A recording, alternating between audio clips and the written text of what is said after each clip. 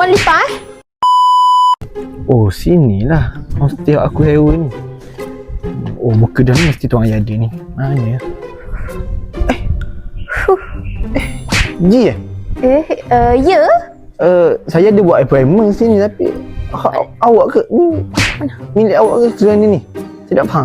Ya, you yang buat appointment dengan I lupa dah sebenarnya. Tapi yes, inilah rumah yang you nak tengok tu. Oh, ni lah. Modern klasik lah sikit rumah ni. Tapi still nampak cantik sangat. Comel tapi apa kita tengok dah. Nak tengok dulu? Okey, boleh? Kita tengok dulu. Mai. Mau lipat? Ya, Ni tak ada orang nak mok. Ya, tahu. Ish, memang orang lipat dok kan orang lipat. Kita dengar. Okey. Betul ke? Rumah awak betul ke rumah awak Betul lah. Takkanlah nak buat pula. Dah tu ramai-ramai orang duduk belakang tu buat apa? Ni orang sewa lah ni. Oh, dah. Saya nak sewa? Esok Oh, dah ini. Dah. Bersih-bersih lu. Awak juga Yes. Dah bilik dia ada apa sini? Bilik rumah ni dia ada 4 hotel bilik. Lepas tu dia buat 3 bilik air.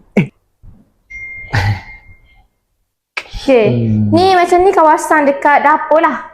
Dapur dia macam ni, konsep modern contemporary, memang sangat mewah. Dok, sekarang ni tanya bilik. Tak ambil tengok dapur. Mai, bilik sini. Oh, kau Ni tanya bilik tunjuk dapur. Pak. Ni bilik Pak 12 ni kali bilik 11 lah. Sangat comel kita dekor. Comel kat rumah ni. Buat design siapa Design of course lah daripada Zuki Design. Zuki Ni bilik Design? 3. Of course, yes, Zuki Design. Okey. Tak kenal? Kenal. Baru teringat. Dia ada nitah banyak dekat video-video.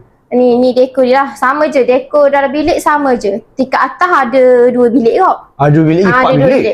4 bilik yes, rumah ni? 4 bilik. Oh. Ni kolam lah. Oh, ni sedap ni. Ni aku minat kali. Memang kalau orang pergi mana-mana pun memang orang minat dok lah kolam gini. Kolam luas juga belakang ni. Boleh buat BBQ Yes, kita pun ada sedia sekali dengan BBQ. Jangan risau.